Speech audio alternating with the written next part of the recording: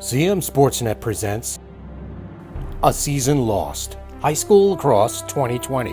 Brought to you by Carroll Lynx. Welcome to A Season Lost. Hi, I'm Mike Preston. And tonight we have with us South Carroll head coach Grady Breen and midfielder and faceoff specialist Drew Downing. And guys, want to talk about the season that's over and kind of look back, but also look ahead. And Coach, could you talk about how COVID-19 affected you?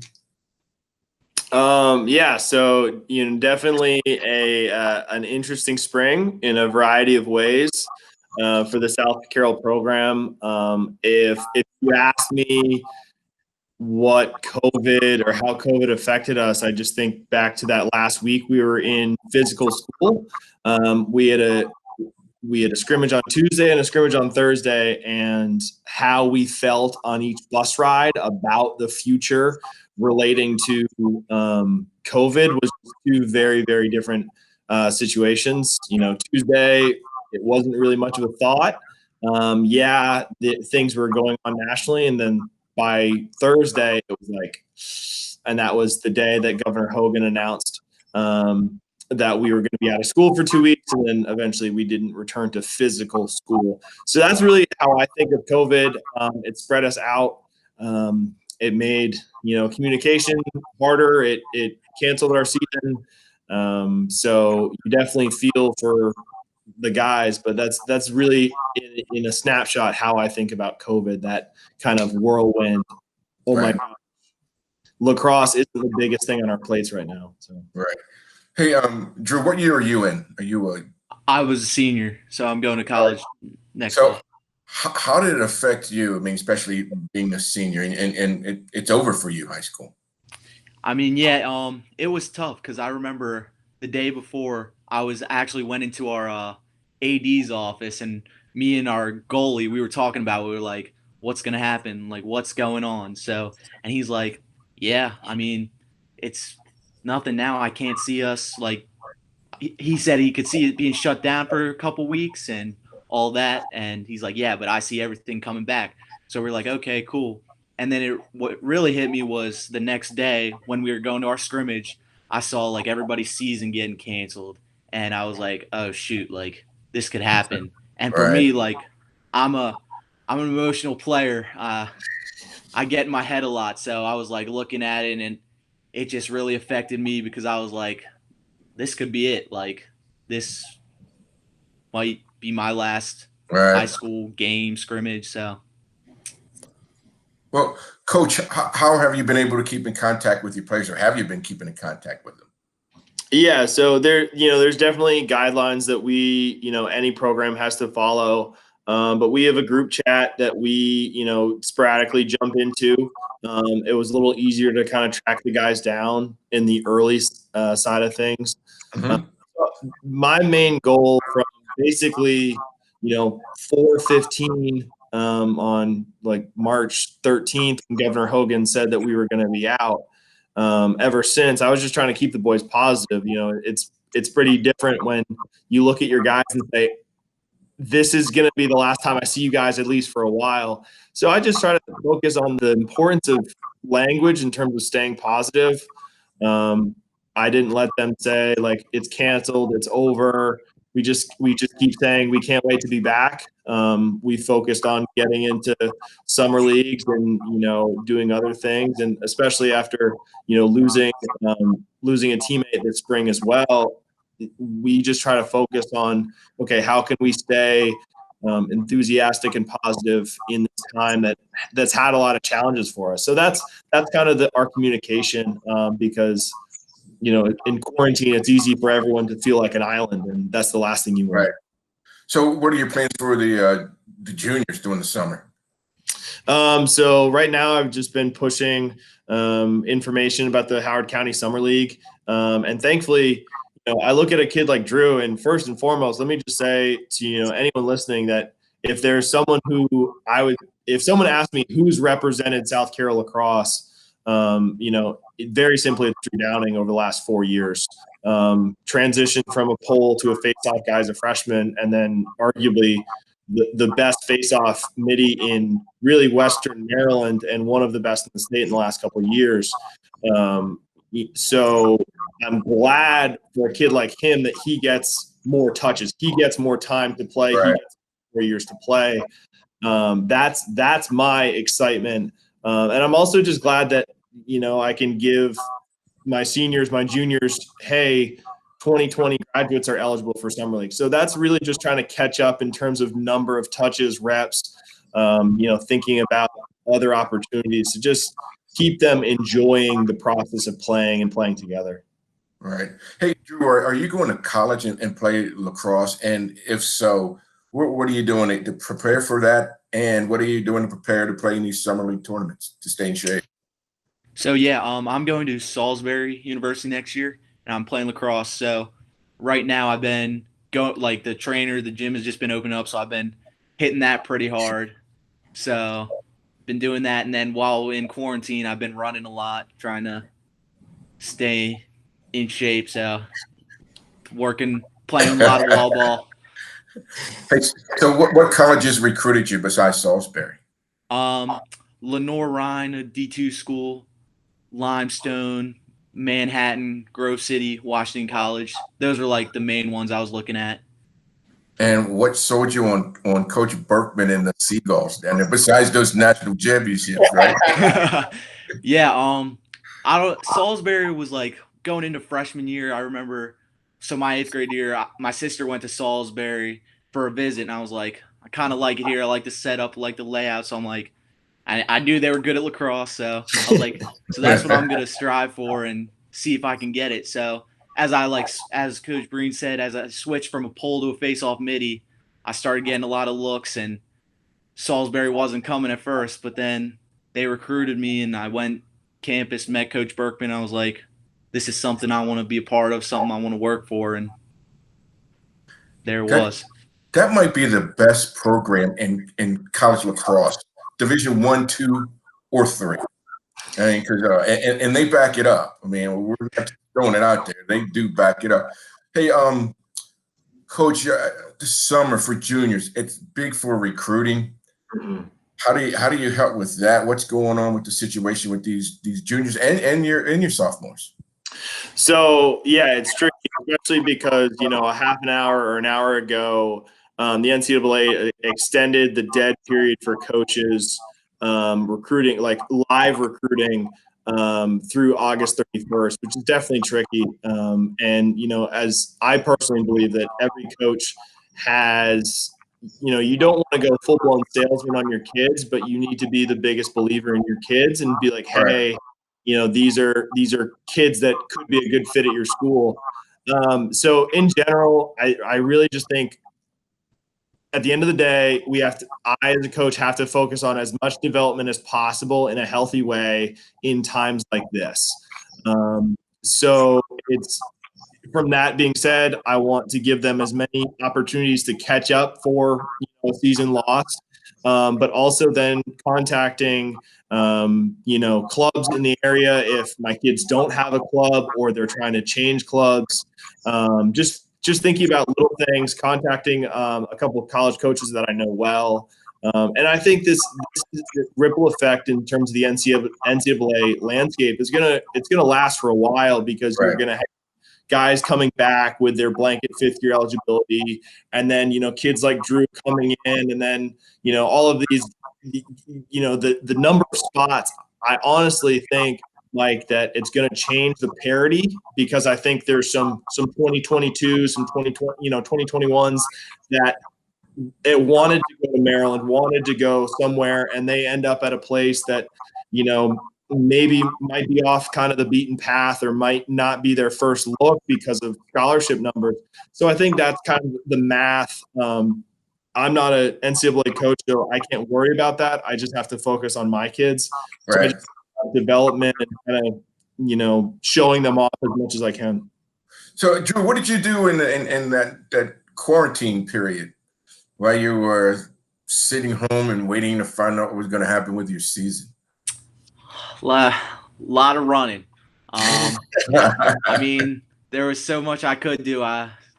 When school was in, schoolwork, tried to, just tried to keep my stick in my hand, practice a lot with what I could do, and just Well, you're a face-off guy. Who was your partner, or did you have a partner?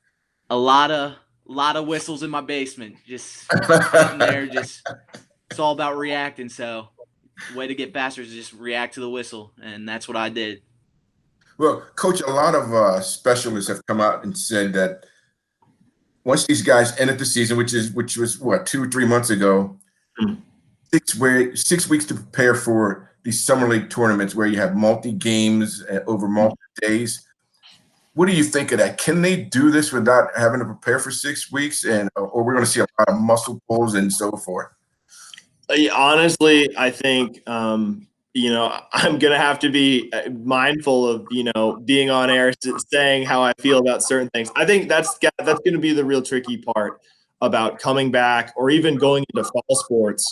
No matter what the activity is, we're really going to have to be mindful of things and be slow about it. And we as coaches probably want to put the pedal to the metal in terms of getting back on track, but we have to be mindful in terms of the long-term thing. There's people much smarter than I that said 6 weeks. I would be wise to probably think of something like that. I think more guys have done a little bit on their own. I think Drew's kind of far and away knows what he needs to do on a day-to-day basis in terms of honing his craft. But I think some guys have been moving. But I just worry in any activity late this summer, this fall, in terms of just widespread muscle pulls. We might be watching a high school football season of a lot of pulled groins and bad hamstrings. So that's my worry. Slow is smooth and smooth is fast. So we all got to be wise about it. So how do you play lacrosse and have social distancing? So I want to tell me, how are you going to modify this game practices to, it's a contact sport. How do you pull this off? That's a tricky one. Now, mind you, it's not like we have, 5 linemen together like a football team.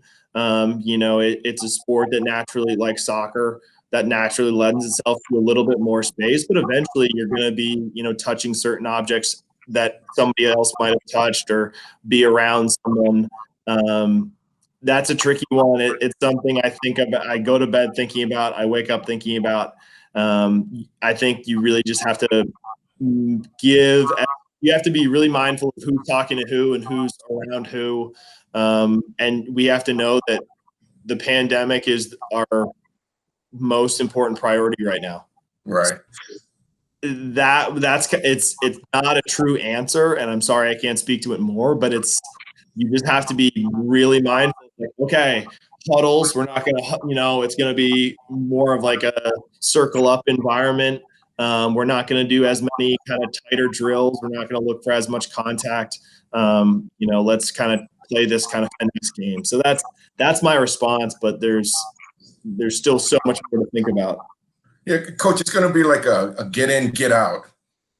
You can't have kids kind of hanging around, and you can't have them standing still and kind of goofing around in practice. You're going to move around a little bit. Hey, Drew, how does this change the face-off for Summer League? I mean, I honestly don't have a solid answer for that. I mean, it doesn't really change it. I mean, they're changing rules about it. I don't know if it has to do with anything, but they just changed the rule where we have to be in a stance. We can't be down like in a knee where you're closer to the ball and you're closer together. We got to stay standing up. And I don't know if that had something to do with it, or it's just, I don't know. I can't give you a solid answer on that one, but. So how do you practice face-offs now? Because you don't even know what's coming. Are you going to do coin flips and just say, hey, you win this when you get the ball and go with it? I mean, right now, things are starting to, I mean, it's lighting up a little. I've been able to get with one of my coaches and his son, and we've just been practicing like how we would get there, go to the field and get our reps in. And that's what we've been doing. So. Right. All right, this is questions for both of you, but Coach first. What were your expectations for the season? What did you like about your team? I mean, you only had a scrimmage or two. What did you like about your team? And then Drew, you can answer second. First and foremost, I just think there was a really good, I think even so now, I think going into next year, there's just a really good energy. I think we were getting much closer as a team. So I think this year, I think we were going to surprise some people. We play in a very tough district, very tough region, very tough area, very tough county. There's a lot of really good teams in our section of 2A. But that's what you want as a coach. We've got Glenelg, we've got Century, we've got Man Valley. Like, those are all teams that you should look forward to playing. So I think we were going to surprise some people. I think, just with guys liking each other and, being able to be unselfish. That was one of the big things we wanted to stress.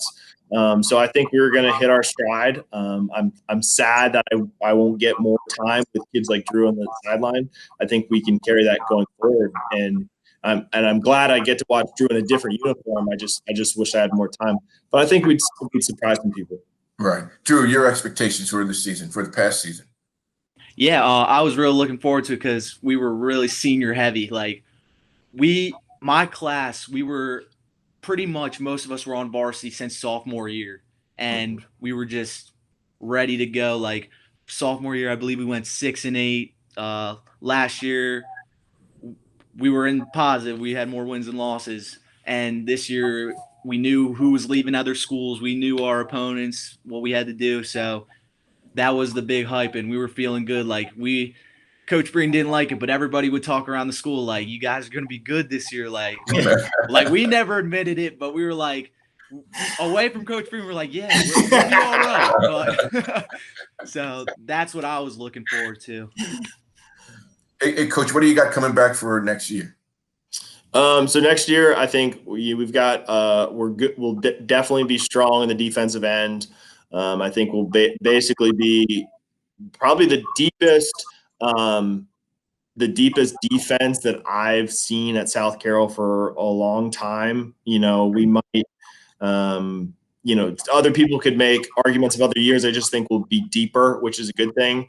And I just think we've got some guys in spots that can step up. I'm looking forward to, guys stepping in to replace kids like Drew and replace kids like, Grayson Richard, our goalie this year, and replacing some of our attackmen. So that's my excitement. I think guys are, happy to think about stepping into someone else's shoes. And that's the fun part, because you realize you don't really have to coach that much. You just kind of sit back and watch, because, they know that replacing Drew is replacing Drew's work ethic. So they have to do the stuff he did. So that's my thought. I think we're headed in the right direction. I'm hoping that we, continue to put it together.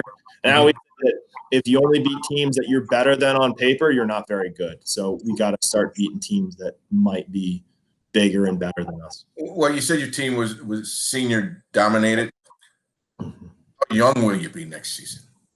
So we'll be, I would say kind of like middle of the pack. It's kind of interesting in public school.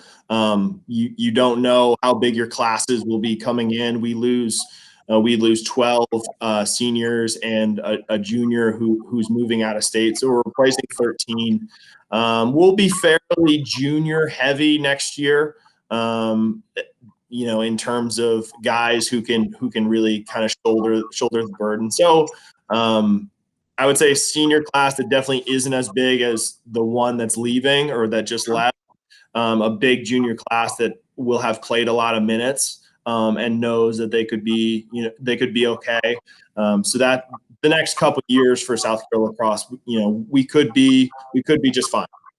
So what do you see any changes for other sports as you go into the fall because of this?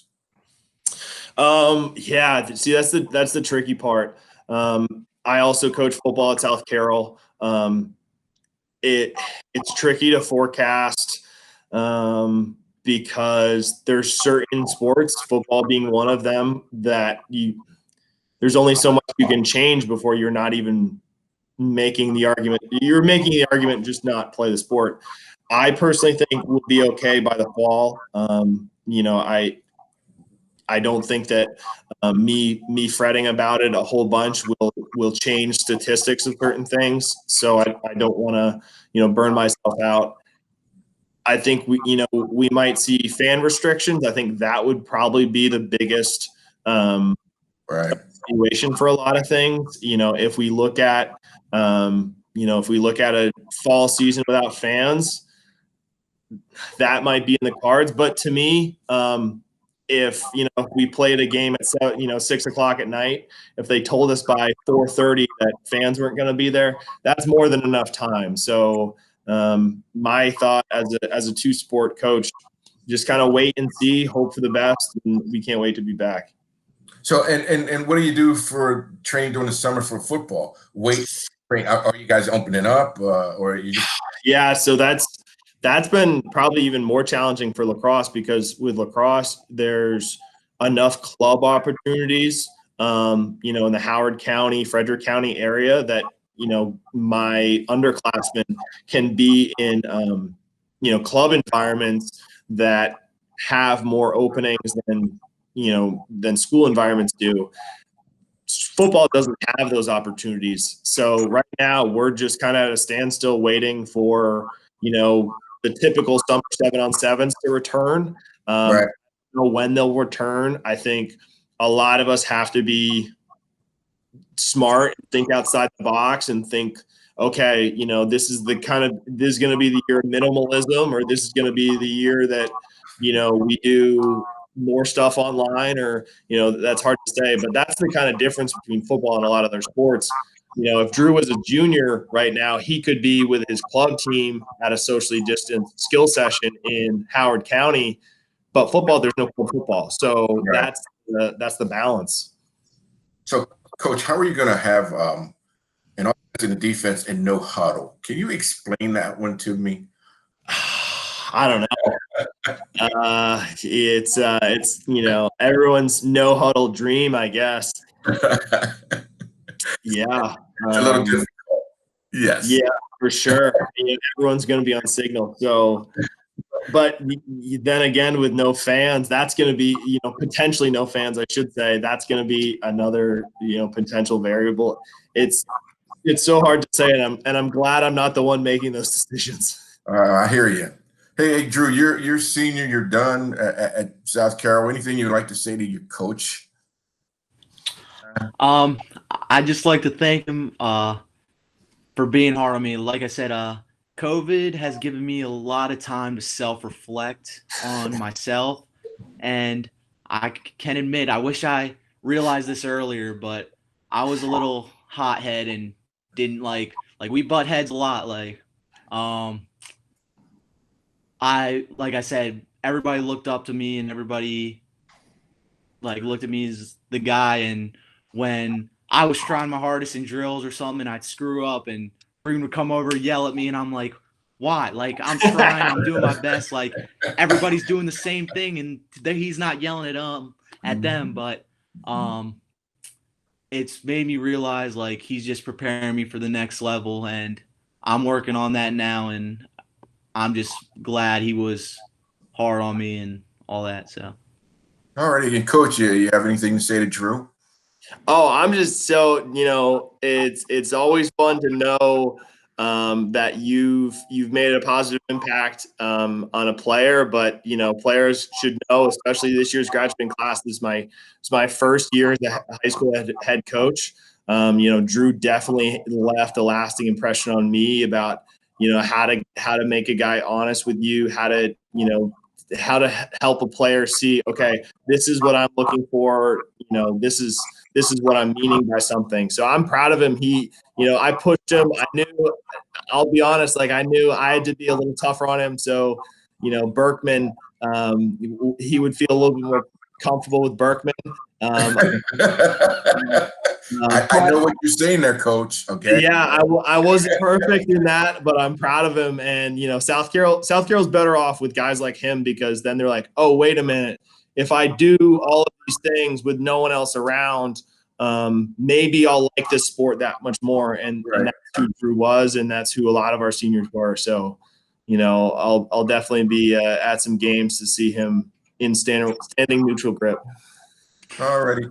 Hey guys, thank you for your time. Appreciate it. Hey Drew, if we get a chance, come back with a couple rings on your finger and show those off a little bit. That's the plan. Yeah, they get a lot of them down there in Salisbury.